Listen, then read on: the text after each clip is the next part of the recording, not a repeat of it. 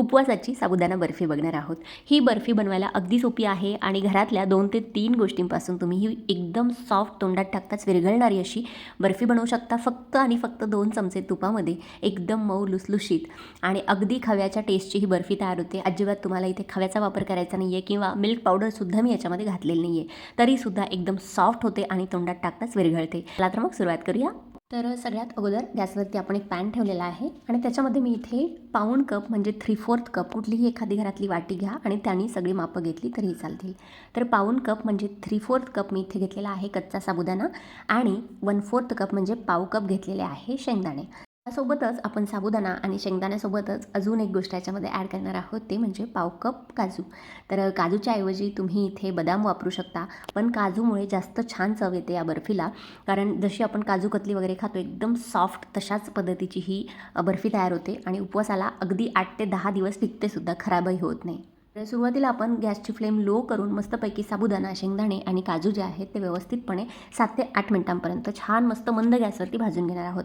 Gas कुठेही मोठा करायचा नाही, म्हणजे काय होतं यातला साबुदाणा किंवा मग शेंगदाणे वगैरे जर जळाले तर मग आपल्या बर्फीला थोडासा करपट असा वास लागू शकतो, त्यामुळे आपली बर्फीची टेस्ट खराब होऊ शकते। त्यासाठी आपल्याला मंद गॅसवरती छान हा साबुदाणा ना थोडासा फुलतो किंवा चटचट असा आवाज यायला लागतो, लो फ्लेमवरतीच सगळी प्रोसेस करायची आहे।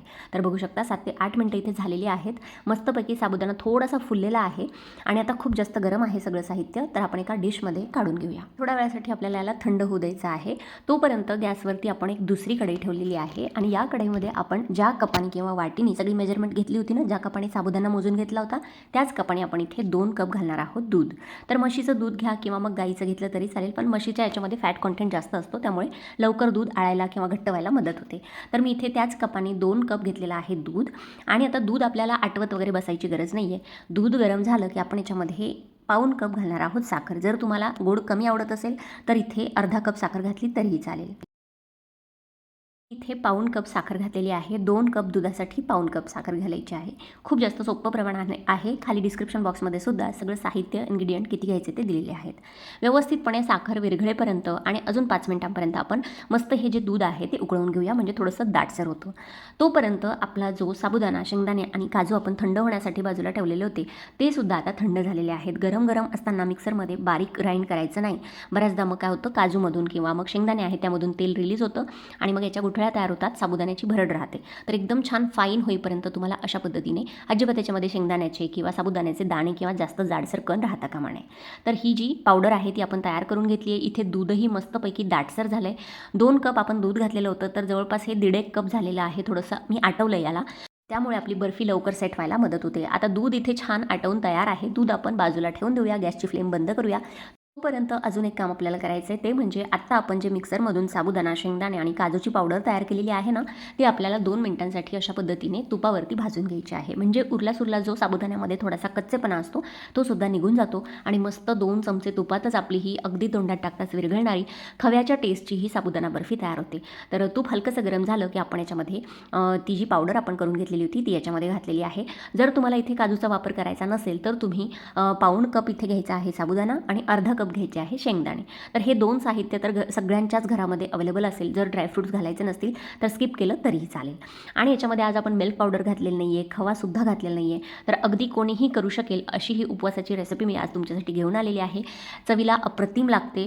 बाहेर बऱ्याचदा स्वीट मार्टमध्ये किंवा उपवासाच्या दिवसांमध्ये अशा पद्धतीची साबुदाणा बर्फी मार्केटमध्ये मिळते, पण त्याच्यामध्ये भेसळ वगैरे असण्याची शक्यता असते। त्यामुळे आज आपण घरच्या साहित्यात ही 2 ते 3 वस्तूंचा वापर करून अगदी मस्तपैकी ही बर्फी तयार केलेली आहे। तर रेसिपी नक्की ट्राय करा।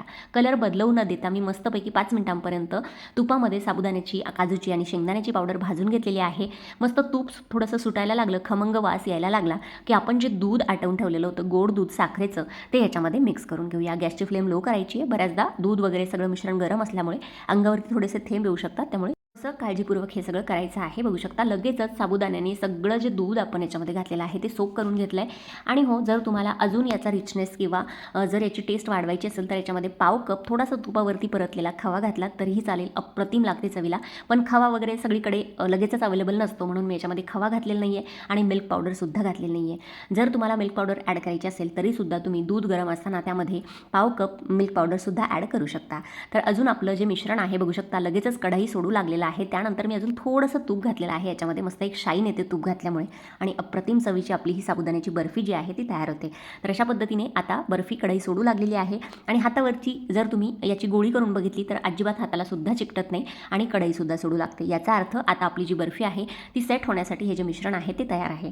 चला तर पटकन गॅसची फ्लेम बंद करूया आणि आपण अजून 1-2 मिनिटासाठी एक आपल्याला काम करायचं आहे, ते म्हणजे बर्फी सेट करण्यासाठी आपल्याला एका प्लेटला थोडंसं तुपाचा हात लावून घ्यायचा आहे. तर इथे मी एक स्टीलची प्लेट घेतलेली आहे, त्याला थोडंसं तूप लावून घेऊया म्हणजे आपली बर्फी व्यवस्थितपणे सेट होते.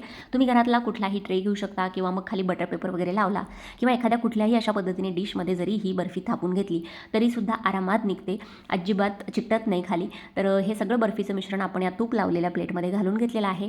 व्यवस्थितपणे छान याचा सरफेस प्लेन होईपर्यंत आपण याला मस्तपैकी दाबून घेऊया आणि अतिशय सोपी करायला, आपण चवीला अप्रतिम अशी मार्केट सारखी ही जी बर्फी आहे ती घरीच अगदी घरच्या कमी साहित्यात तयार होते. तर तुम्ही सुद्धा कुठल्याही उपवासाला नक्की रेसिपी ट्राय करून बघा. मला नक्कीच खात्री आहे की घरात तुम्हाला लहान मोठ्यांना सगळ्यांना ही रेसिपी खूप आवडेल. तर अशा पद्धतीने आपण हे मिश्रण थापून घेतलेलं आहे. यावरती थोडेसे ड्रायफ्रूट्स म्हणजे मी इथे पिस्त्याचे आणि बदामाचे काप अशा पद्धतीने घातलेले आहेत. तुम्ही तुमच्या आवडीप्रमाणे ड्रायफ्रूट्स घालू शकता किंवा मग खोबऱ्याचा किस जरी किसून घातला तरीसुद्धा छान लागतो किंवा मग प्लेन ही बर्फी ठेवली तरीही छानच लागेल. तर अशा पद्धतीने थोडंसं वरतून प्रेस करूया म्हणजे आपले जे ड्रायफ्रूट्स आहे व्यवस्थितपणे बर्फीला चिकटून बसतील. आता आपण फक्त 15 ते 20 मिनिटासाठी फ्रीजमध्ये ही बर्फी सेट करायला ठेवूया. जर तुमच्याकडे वेळ असेल तर एखाद्या तासासाठी बाहेर रूम टेम्परेचरवरती ठेवलं तरीही चालेल. मी फ्रीजमध्ये ठेवली होती. 15 मिनिटानंतर बर्फीचे काप करून दाखवते. बघू शकता एकदम सॉफ्ट, कापतानाच तुम्हाला कळत असेल की अतिशय सॉफ्ट आपली ही जी साबुदाण्याची उपवासाची बर्फी आहे ती तयार झालेली आहे. तर करायलाही अगदी सोपी आहे, घरच्याच साहित्यात तयार होते. खव्याचा वापर केलेला नाही आहे, मिल्क पावडर नाही आहे, फक्त दूध वापरले, साबुदाणा, शेंगदाणे आणि काजू. आणि जर तुम्हाला काजूही वापरायचे नसतील तरीसुद्धा त्याच्या ऑप्शनसाठी काय वापरायचं ते सुद्धा मी सांगितलं आहे. तर अशा पद्धतीने आपण साबुदाण्याच्या जी बर्फी आहे त्याच्या वड्या तयार करून घेणार आहोत. प्लीज एक जी बर्फी आहे किंवा वडी आहे तुम्हाला काढून दाखवते. बघू शकता किती जास्त सॉफ्ट झालेली आहे आणि मस्तपैकी छान याच्यामध्ये काजूचा आणि साबुदाण्याचा फ्लेवर येतो. साबुदाणा भाजताना अजिबात घाई करायची नाही. जेव्हा आपण तुपामध्ये साबुदाण्याची, काजूची आणि शेंगदाण्याची पावडर भाजून घेतो त्यावेळीसुद्धा अजिबात घाई करायची नाही, कारण जर साबुदाणा थोडासा कच्चा राहिला तर मग आपली बर्फी थोडीशी चिवट लागू शकते. तर साबुदाणा सुरुवातीला भाजताना आणि तुपामध्ये परततानासुद्धा अजिबात घाई करायची नाही. मस्तपैकी खरपूस आपल्याला साबुदाणा भाजून घ्यायचा आहे. तर बघू शकता अशा पद्धतीने आपली इथे ही साबुदाण्याची बर्फी तयार आहे. आय होप आजचा व्हिडिओ तुम्हाला मनापासून आवडला असेल. मनापासून व्हिडिओ आवडला असेल मंडळी, रेसिपी सगळ्या टिप्स तुम्हाला आवडल्या असतील तर व्हिडिओला जास्तीत जास्त लाईक करा, शेअर करा आणि असेच नवनवीन व्हिडिओज आपल्या चॅनलवरती बघण्यासाठी चॅनलला सबस्क्राईब करायला मात्र विसरू नका. बघू शकता बर्फी तुम्हाला तोडून दाखवते, अगदी ओठांनी सुद्धा तुटेल इतकी जास्त ही बर्फी सॉफ्ट होते. तर येणाऱ्या महाशिवरात्रीच्या उपवासासाठी तुम्ही सुद्धा ही रेसिपी नक्की ट्राय करा आणि मला कमेंट सेक्शनमध्ये नक्की सांगा. चला मंडळी, भेटूया अशाच एखाद्या नवीन व्हिडिओसोबत. तोपर्यंत धन्यवाद. Thanks for watching. Take care. Bye bye.